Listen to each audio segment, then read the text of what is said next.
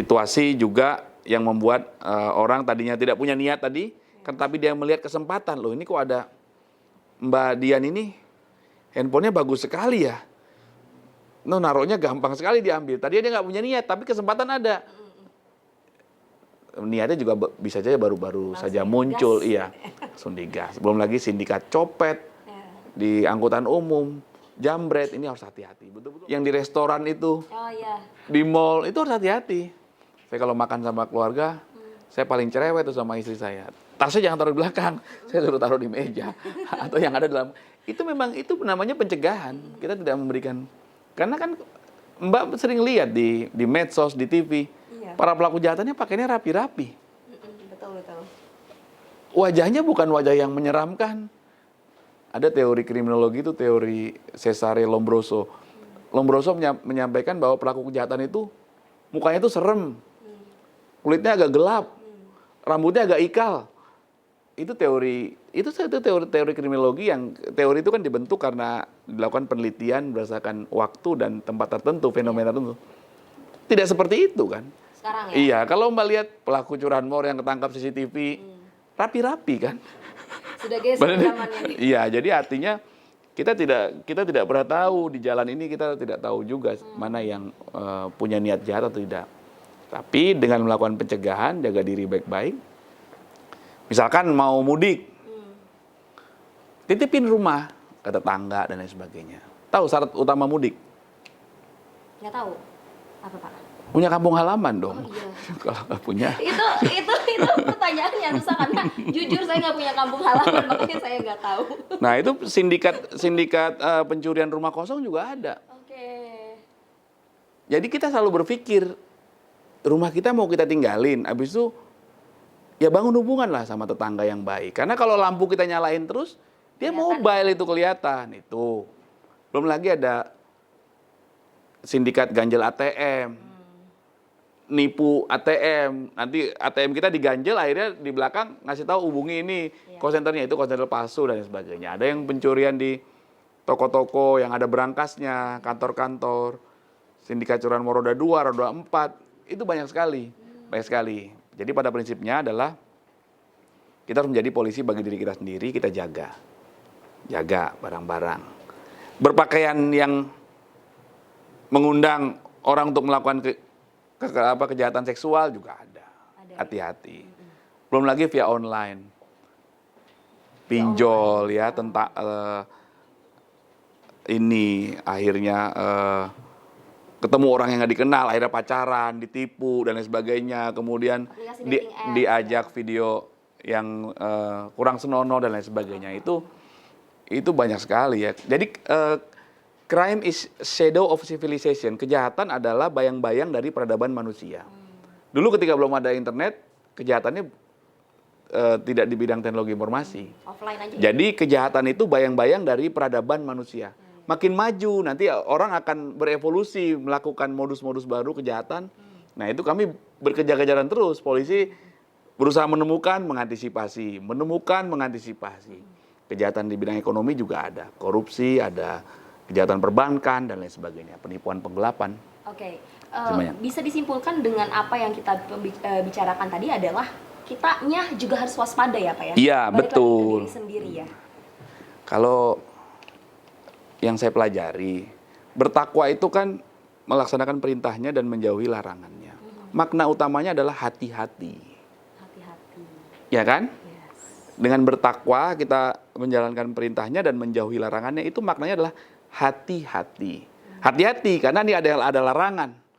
Ada yang boleh, ada yang dilarang. Kita suruh hati-hati. Begitulah kehidupan kita sebenarnya. Nah, itu tugas kami sekali lagi sebagai bagian dari aparat pemerintahan di bidang keamanan. Kami nggak bekerja sendiri sekali lagi ya. Babin Kamtibmas tahu nggak? Babin Kamtibmas. Mana sini Pak Babinnya, ada kan? Babin Kamtibmas itu polisi kelurahan. Satu kelurahan ada satu polisi. Pak Babin Kamtibmas. Itu bekerja sama dengan Pak Babinsa. Pak Babinsa itu dari jajaran Kodim, jajaran TNI AD. Ditambah Pak Kepala Desa atau Lurah. Kalau di sini Lurah kan. Kalau di beberapa tempat ada yang namanya Kepala Desa. Itu 3 pilar di kelurahan itu bersama-sama terus. Oke. Kami nggak bisa kerja sendiri, harus bersama-sama. Tadi seperti yang Bapak bicarakan di awal. Iya, ya, dan kami minta teman-teman Babin, teman-teman Kapolsek membuka diri ke masyarakat. Nomor handphone tuh harus disebar. Nomor handphone saya juga saya sebar.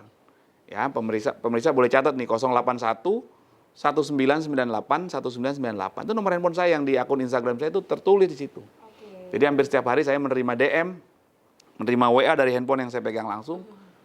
Pak, ada ini, ada itu, saya forward ke teman-teman Kapolsek, tolong tindak lanjuti. Yang paling banyak itu yang nanya, Pak, proses pembuatan SKCK gimana, persyaratannya, dan lain sebagainya. Langsung tolong hubungi Kasat Intel, saya kasih nomornya. Oke. Jadi apa yang bisa kami lakukan? Dan 110, nomor darurat yang telah disiapkan oleh Bapak Kapolri, kemudian kami diperintahkan berkali-kali oleh Bapak Kapolda Metro Jaya untuk sosialisasikan terus. 110 itu. Iya, 110 itu gratis. Karena banyak Bebas masyarakat pulsa. yang belum tahu Pak dengan 110 Iya, itu. mungkin masyarakat ada yang sudah pegang nomor handphonenya Pak Babin, Pak Babin Kamtibmas, nomor Kapolsek.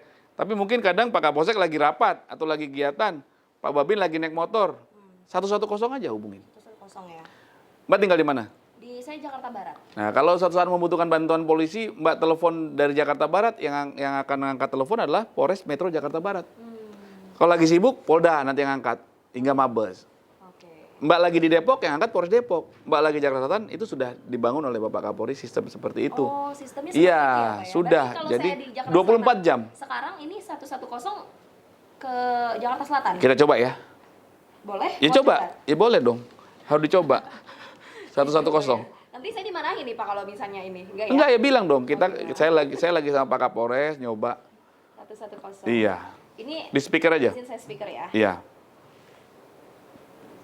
Emergency. Ini penting karena masyarakat jadi dekat. Oh, antrian. Dalam antrian. Layanan polisi tadi ya? Udah kan? 110. Iya.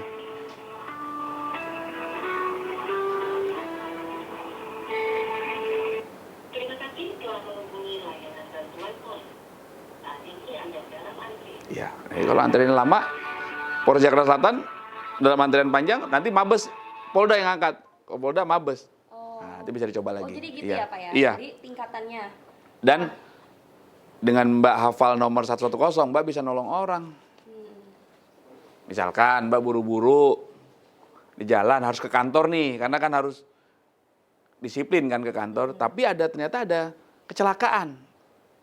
Mbak nggak bisa nolong. Nah, cara nolongnya gimana? Hubungi 110. 110. Nanti polisi akan datang. Itu cara nolong. Artinya kita punya kesempatan untuk nolong orang. Tapi selain mungkin 110, apakah di Polres Jakarta Selatan ini Pak atau mungkin jajarannya punya aplikasi enggak sih Pak mungkin untuk para masyarakat di Jakarta? Aplikasi tidak ada ya. Aplikasi tidak ada. Yang pertama nomor handphone kami Babin Kamtibmas Kapolsek sudah sebarluaskan. Dalam setiap pertemuan saya bagi kartu nama, menjelaskan.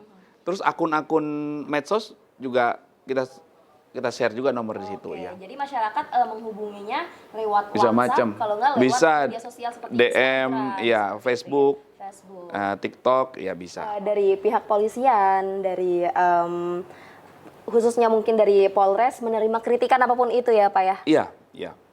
Kami sebagai aparat negara, penegak hukum ya, pemelihara Kamtibmas, wajib menerima keluhan, dan Bapak Kapolri sudah wanti-wanti, Bapak Kapolda sudah membuka nomor hotline beliau tentang pengaduan masyarakat. Kami juga harus menindaklanjuti itu.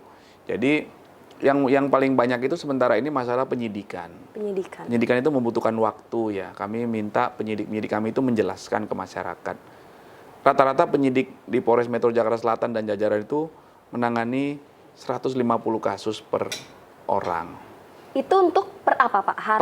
Per orang. Iya. Jadi misalkan Mbak bikin laporan hari ini ya. Maka Mbak berada di antrian ke 151. Wow. Dan setiap harinya tuh harus dikerjakan. Hari ini ngerjakan laporannya Mbak, besok mengerjakan ke nomor laporan nomor 1, nomor 2, dan seterusnya. Okay. Inilah yang kadang-kadang miskomunikasi, mispersepsi dengan masyarakat. Namun pada prinsipnya, saya tegaskan bahwa penyidikan yang kami lakukan, kami tetap berpedoman pada SOP dan juga harus proporsional. proporsional.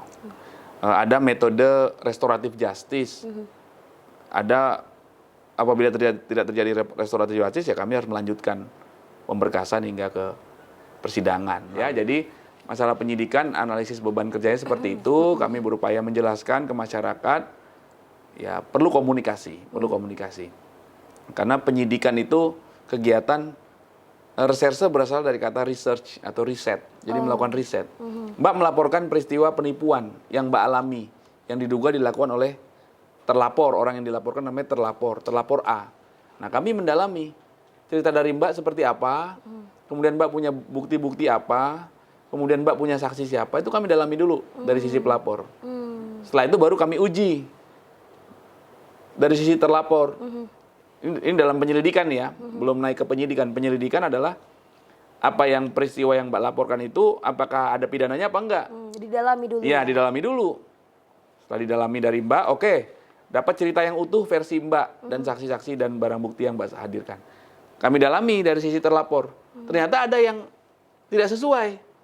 Kami uji lagi hingga nanti kami lakukan konfrontir namanya. Ada beberapa hal yang tidak sesuai, kami konfrontir. Mbak suatu saat bisa kami pertemukan dengan terlapor. Karena ada beberapa keterangan yang nggak klop nih. Nah setelah klop akhirnya menjadi suatu fakta peristiwa yang utuh. Nah baru ada dugaan pidana. Kami tingkatkan ke penyidikan. Kami periksa ulang lagi Mbak. Proses BAP, tadi proses interogasi. Itu pemenuhan alat bukti dan lain sebagainya. Ada proses gelar perkara dan lain sebagainya. Itu membutuhkan waktu. Itu masalahnya. Nah, masyarakat memang butuh cepat. Namun ada SOP, proporsionalitas, kemudian ada beban kerja juga yang harus kami lakukan karena semuanya ingin cepat, ya. Semuanya harus kami jalankan. Itu prinsipnya. Ini yang kadang-kadang belum bisa diterima oleh masyarakat. Dan tadi itu ya kasus juga banyak ya per orang bisa 150. Namun itu tetap menjadi kewajiban kami untuk menuntaskan semuanya. Namun di sisi lain perlu ada komunikasi antara penyidik. Kami minta teman-teman penyidik ketika Mbak datang tadi bikin laporan harus saya jelaskan. Baik Mbak berada di nomor kasus nomor LP 151. Artinya mohon bersabar kami akan menangani semuanya. Jadi Mbak paham. Karena kalau tidak dijelaskan seperti itu Mbak akan kok 3 minggu nggak ada update nih. 4 minggu nggak ada update. Nah itu juga perlu juga Mbak juga rajin aktif berkomunikasi dengan penyidik. Pak kami punya bukti baru, Pak kami punya saksi. Kapan bisa di sela-sela jadwal? Karena penyidik sudah punya rencana penyelidikan jadwal time schedule untuk penyidikan. Dia harus hari ini mengerjakan apa, hari ini mengerjakan apa. Udah ada schedule-nya masing-masing. Sudah ada. Ya? Itu memang secara profesi mereka harus melakukan itu supaya kasusnya semua berjalan. Saya jamin kasusnya akan kami tangani sesuai SOP dan secara proporsional. Ya, proporsional tadi artinya semua ditangani berdasarkan waktu yang tadi sudah ditetapkan tadi. Ya. Ketika beliau laporan lebih dulu dari Mbak ya tentunya habis kasusnya beliau baru Mbak dikerjakan, baru kasus yang lain lagi. Terus berjalan kan pemeriksaan saksi, pemanggilan. Penggeledahan, penyitaan, ya, itu tahapan-tahapan penyidikan. Ya. Pak Ade, ini Bapak diangkat menjadi Kapolres 2022 ya Pak ya? Iya, tanggal 4 Oktober saya serah terima, 2022. Nah itu seperti apa dulu, kan sebelum itu sebelum masuk ke Kapolres, sekarang jadi Kapolres, ini pasti ada perbedaannya dong Pak, kehidupannya gitu ya. Tadi Bapak bilang menjadi Bapak juga menjadi guru ya, juga beda, untuk tiap hari aja beda, tiap jam aja beda. Tiap jam beda ya? Ya beda. Saya lahir di Sukabumi. Ibu saya orang Sunda. Bapak saya orang Jawa Timur. Ibu saya orang Jawa Barat. Orang tua saya kebetulan polisi juga. Polisi. Waktu orang tua saya dinas di Akpol. Dulu Akpol di Sukabumi, Mal. Tahun 76 saya lahir. Bapak saya itu jadi pengasuh Akpol, jadi Dantontar, komandan peleton dan komandan Kompi Taruna. Saya lahir di sana, di Rumah Sakit Bayangkara, Akademi Kepolisian di Sukabumi. Sejak tahun 81 atau 82, Akademi Kepolisian pindah ke Semarang.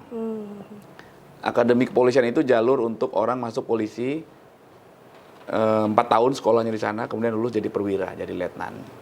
Saya lahir di Sukabumi, kemudian pindah-pindah karena orang tua polisi kan. Dari Sukabumi itu kalau nggak salah pindahnya ke Cirebon, orang tua saya. Setelah ke Cirebon, orang tua saya sekolah PTIK di Jakarta. Saya pernah sekolah TK di Jakarta. Terus kita pindah ke Riau. 6 tahun saya SD di sana. Dari TK sampai SD. Kemudian dari Riau, orang tua saya sekolah Sespim di Lembang. Saya sekolah di Lembang. Terus saya SMP di Medan, ikut orang tua. Kemudian saya masuk SMA, ke SMA Taruna Nusantara di Magelang. Nah di SMA itu saya, dari kecil saya punya cita-cita yang berbeda-beda. Ada suatu saat saya lihat om saya sukses, saya mau jadi pengusaha. Terus saya suka ikan, ganti-ganti, pengen jadi insinyur perikanan. Terus kelas 1 SMA, saya bercita-cita jadi bupati. Waktu itu mau jadi bupati itu, tahun 92 itu jalurnya harus dari ABRI, dari TNI AD. Wah, saya harus jadi bupati. SMA kelas 1, saya mau masuk akademi militer, saya harus jadi bupati, oke. Terus kelas 2, menjelang kelas 3 SMA, berubah. Kok seperti ada, itu namanya passion ya. Itu harus dipercaya juga, itu passion, seperti ada panggilan jiwa. Kok saya jadi polisi pengennya? Akhirnya saya daftarnya akademi kepolisian. Tapi nyambung dengan cerita saya waktu SD di Rengat, di Indragiri Hulu, waktu orang tua saya jadi Wakapolres sana. Waktu itu ada kecelakaan, saya lagi main sepeda, itu di kota itu ada pinggir sungai itu. Lagi main sepeda sore-sore, ada kecelakaan di depan mata saya. Orangnya terjatuh tapi tidak parah. Tapi yang nabrak lari. Saya usia 7 tahun. Kalau Mbak ketemu itu, Mbak apa yang Mbak lakukan? Saya lari ke mama saya sih. Nyari. Saya umur 7 tahun. Nah, saya tanya Bapak nih, apa yang Bapak lakukan, Pak? Ketemu tabrak lari, Bapak umur 7 tahun, apa yang Bapak lakukan? Cari lari. Sama. Saya nggak, karena orangnya bisa berdiri lagi, motornya rusak, saya nggak nolong karena usianya jauh lebih. Saya lapor pulang, saya lapor ke bapak saya kan Wakapolres di situ waktu itu. Sebelum saya lapor, apa yang saya laporkan ke bapak saya? Kira-kira. Nomor polisi, saya hafalin nomor polisi dan jenis motornya. Oke. Jadi itulah yang saya sebut tadi panggilan jiwa, seperti passion itu. Jadi kelas 3 SMA, saya ingin jadi polisi ya. Semakin menguat, akhirnya saya daftarnya jadi polisi. Pendidikan di Akpol secara spesifik, metode pendidikannya. Artinya memang kepada anak, ini berbagi pengalaman juga, kepada anak menurut saya, kita harus tanya dulu dia ingin jadi apa. Dan kita harus tahu juga potensi dan bakat dalam dirinya. Kemudian kita, setelah dia pengen jadi apa, kemudian kita arahkan, kita dukung. Wajib kita dukung. Karena banyak juga teman saya, junior saya, senior saya, ada juga yang dipaksa orang tuanya masuk polisi gitu ya, supaya anaknya masuk pendidikan di Akpol. Tapi karena memang tidak keinginannya, itu ada juga yang keluar ya. Ada juga yang sengaja bikin pelanggaran supaya dikeluarkan. Karena tidak passionnya tadi. Ya, jadi passion orang itu beda-beda. Ya, akhirnya saya daftar polisi. Masuk tahun 95, lulus SMA 95. Pendidikan 3 tahun setengah, Desember 98 saya lulus. Kemudian dinas di Polda Jawa Timur waktu itu. Di Polres Gresik. Di sana di Polres Gresik saya jadi perwira Samapta dulu namanya, Pamapta, itu piket di sana. Setelah itu saya jadi Kapolsek 2 kali di Gresik. Terus saya pindah ke Polres Sidoarjo jadi Kapolsek di Bandara Juanda. Pangkat itu kemudian saya daftar sekolah PTIK karena ada jenjang karir. Setelah akademik polisian kami harus menempuh jalur sekolah PTIK namanya, Perguruan Tinggi Ilmu Kepolisian di Jalan Tirtayasa ya namanya. Itu untuk mengambil gelar S1 ilmu polisian, makanya ada gelar SIK. Tapi di Jawa Timur saya sekolah dengan senior saya, teman-teman saya, sekolah di Universitas Bayangkara, ngambil hukum pidana, makanya dapat gelar SH. Kemudian saya sekolah PTIK setahun setengah, lulus PTIK saya ditempatkan di Polda Metro Jaya. Saya dinas di Direktorat Narkoba. Kemudian saya jadi Kapolsek di Tangerang Kota, di Jatiuwung. Kemudian saya jadi Kasat Reskrim di Tangerang Kabupaten, kemudian saya jadi penyidik di Polda Metro Jaya di Direktorat Reskrimsus, menangani kejahatan industri dan perdagangan. Setelah itu saya jadi Kasat Reskrim lagi di Polres Bekasi Kota. Setelah itu saya jadi Spri Kapolda Metro Jaya, baru masuk sekolah Sespim, ada sekolah lagi. Sekolah Sespimen, sekolah staf dan pimpinan tingkat manajemen sebelum jadi Kapolres. Itu tahun 2012 saya sekolah. Lulus sekolah Sespim saya ditempatkan di Barreskrim Polri. Saya jadi Kepala Unit Penyidikan Tindak Pidana Perbankan. 6 bulan baru saya jadi Spri Kapolri. Waktu itu 2013 sampai 2015. Kemudian saya jadi Kapolres di Cimahi, di Jawa Barat. Kemudian saya Kapolres Kerawang. Kemudian saya pindah ke Polda Metro Jaya lagi jadi Wakil Direktur Reskrim Polda Metro Jaya. Zaman pemilu tuh, 2019 waktu itu ya. Habis itu saya jadi Kapolres Pontianak sebentar, 2 bulan setengah. Terus saya Kapolres Tangerang Kabupaten. Habis dari sekolah Tangerang Kabupaten, saya daftar sekolah lagi, ada sekolah yang terakhir namanya sekolah Sespimti. Oke. Sebelum menjadi perwira tinggi ada sekolah Sespimti. Sekolahnya di Lembang lagi di Bandung. Lulus Sespimti saya ditempatkan di Jogja, Direktur Reskrim Polda Jogja. 6 bulan saya di sana. Terus saya ke Bareskrim jadi kepala bagian analisis dan evaluasi. Baru saya masuk Jakarta Selatan. Oke. Itu pengalaman saya. Kedengerannya banyak sekali jalan yang harus ditempuh ya Pak ya. Abis Jakarta Itulah Selatan jalan. kemana Nggak nih, Pak? tahu, belum tahu. Belum tahu ya. Kita tidak pernah tahu karena teorinya Oke. kita masuk kontrak jadi polisi itu harus siap ditempatkan di mana saja. Di mana saja. Teorinya seperti itu. Jadi kita tidak pernah tahu juga akan kemana. Jalannya memang seperti itu ya. Jalan karir jalan pembinaan karir dari organisasi kepolisian hampir sama dengan teman-teman TNI. Itu levelnya ya seperti itu. Semua tahapannya seperti itu. Mungkin itu juga pemirsa yang ini menonton cita-citanya mau jadi polisi atau mungkin orang tua yang udah tahu anaknya mau jadi polisi itu mendengar perjalanannya Pak Kapolres jadi kebayang ya nanti harus jadi kemana apapun dulu nih. sebenarnya sama baiknya. Yang penting bertanggung jawab. Ini nasihat ya buat generasi milenial. Yang penting bertanggung jawab atas pilihannya. Orang tua wajib mendukung, wajib mensupport dengan segala kemampuannya tentunya ya, karena kemampuannya kan berbeda-beda ya. Kemampuan dialogis, kemampuan finansial dan lain sebagainya. Tapi yang paling penting adalah sukses itu adalah sebuah pilihan. Dan siapapun bisa, asalkan bersungguh-sungguh dan bertanggung jawab. Dan pilihannya mau jadi apapun, itu sama baiknya, selama dia profesional. Menjadi polisi yang sukses ada, yang gagal juga ada. Menjadi pengusaha, menjadi dokter, dan lain sebagainya, semua ada. Nah, tinggal kita mau tiru jalan yang mana. Kita ini kan sebenarnya meniru saja sebenarnya. Mau pilih jalan yang mana. Kemudian persiapkan diri. Ini kayak saya seperti terpana ya. Loh iya kan? Ada, gitu. Ternyata menuju sukses itu pilihan. Oke? Mempersiapkannya ke sana butuh persiapan. Disiplin, jujur, bertakwa, sungguh-sungguh, rajin, wah banyak kali kan. Sehingga kalau kita fokus pada tujuan, kita nggak akan melakukan hal-hal lain. Karena untuk melakukan item-item tadi aja susah. Teori gunung es, pernah tahu ya? Gunung es itu kan puncaknya kan kelihatan kecil, bawahnya kan besar. Sukses kan di atas ini ujung. Orang bawa bendera sukses. Kita nggak tahu di sini itu berdarah-darah. Ya. Belum lagi jatuh, gagal. Introspeksi diri, koreksi, bangun. Ini nasihat ya buat Gen Z. Makanya harus banyak guru. Harus banyak membaca. Kisah-kisah orang sukses, energi positif orang itu kita ambil. Kita ambil. Dan dengan menjadi polisi, saya merasa itu bisa saya dapatkan. Saya bisa ketemu orang. Ini orang bisa sukses kenapa? Oh, saya ambil energi positifnya. Oh, dia sukses karena dia jujur. Ada yang sukses karena dia bekerja keras. Ada yang dia sukses karena orangnya rajin. Ada yang dia sukses karena istiqomah, konsisten, macam-macam. Ya. Itu kita ambil pelajaran-pelajaran. Begitu juga yang gagal.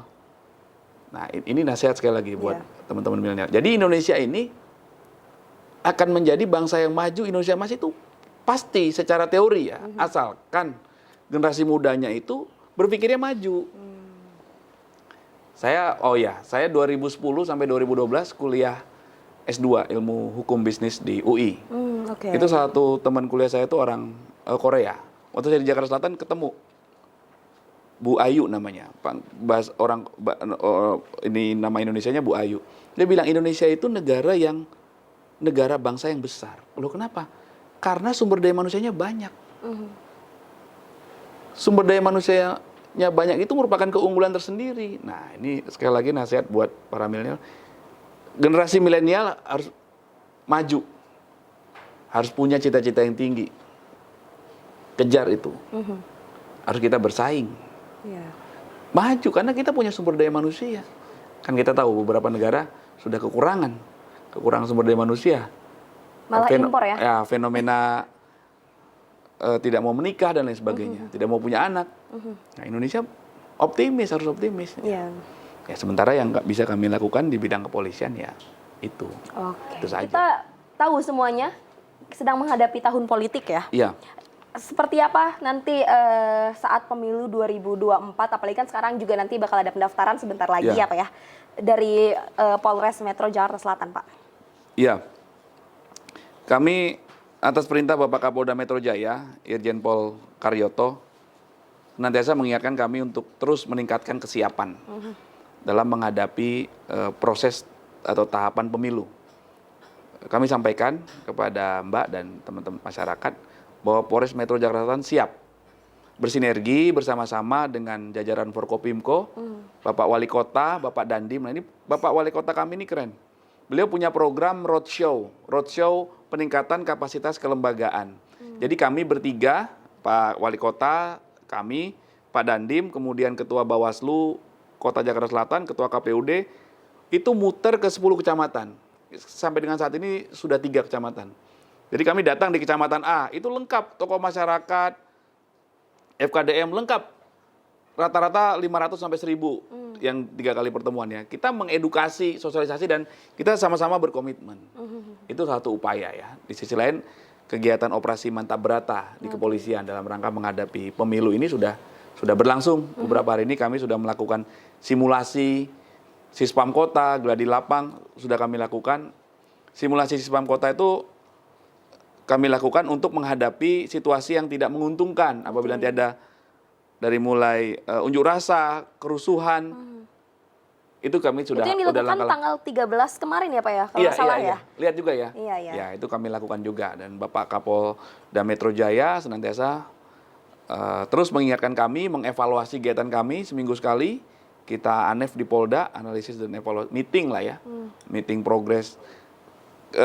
Minggu lalu apa yang sudah kita lakukan semua, kemudian koreksinya bagaimana dari beliau, ke depan apa yang dilakukan. Itu terus dalam atau beriringan dengan tugas-tugas pokok kami yang lainnya, yaitu pemeliharaan Kamtimas tadi. Dan visi saya adalah bagaimana membuat Jakarta Selatan itu aman dan sejahtera. Aman dan sejahtera. Karena tugas polisi tidak hanya berhenti di pemeliharaan Kamtimas saja, tapi masyarakat juga harus sejahtera.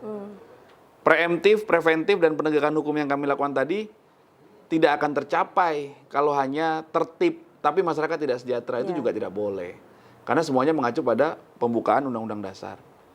Itu. Dan mimpi saya adalah semua penduduk masyarakat Jakarta Selatan itu pernah ketemu sama polisi. Makanya kami lombakan terus teman-teman ini supaya ketemu semua sama.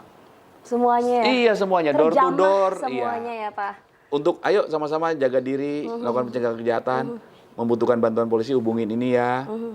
Kemudian ada keluhan apa, ada masukan apa, input apa, kami catat. Karena kan tak kenal maka tak sayang ya. Iya. Maka harus kenalan dulu. Ya, biar udah tak kenal kan sayang, enak ya. kan, sudah terbuka, silakan. Nomor handphone saya sudah ada juga, silakan. Nanti apa yang bisa kami bantu, kami bisa dihubungi. Pemirsa, akhirnya kita di penghujung acara di obrolan podcast santai dengan Pak Kapolres ini. Semoga tadi obrolannya juga menambah wawasan, ilmu untuk pemirsa IBC ya Pak ya. Tadi juga memang sengaja Bapak ini mau sosialisasi, entah itu program dari kepolisian Jakarta Selatan maupun perspektif dari kepolisian khususnya Metro Polres Jakarta Selatan ya Pak ya. Bapak mau mengingatkan sesuatu ke pemirsa, apa nih Pak? Ya, mari kita sama-sama bersepakat untuk membuat Jakarta Selatan ini aman dan damai. Dan kami akan berupaya meningkatkan kegiatan-kegiatan kepolisian, kegiatan preemptif, preventif, represif, dan kami juga terus bekerja sama dengan jajaran Forkopimko dan stakeholder lainnya untuk membuat Jakarta Selatan aman dan sejahtera. Dan kami tidak akan memberikan ruang kepada para pembuat onar di Jakarta Selatan. Terima kasih atas undangan dari IBC Media. Sukses untuk IBC Media, salam presisi. Salam presisi. Terima kasih banyak Pak dari atas kehadirannya di podcast Apa Kata Indonesia, Catatan Jamila. Saya Dian Hardianti, Ya. IBC Media, menggapai cakrawala untuk Indonesia. Sampai jumpa.